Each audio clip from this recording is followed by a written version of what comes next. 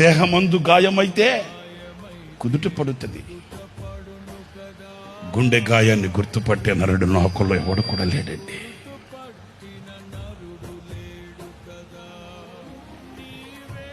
కంటికి కనబడడానికి ఎందరో ఉన్నా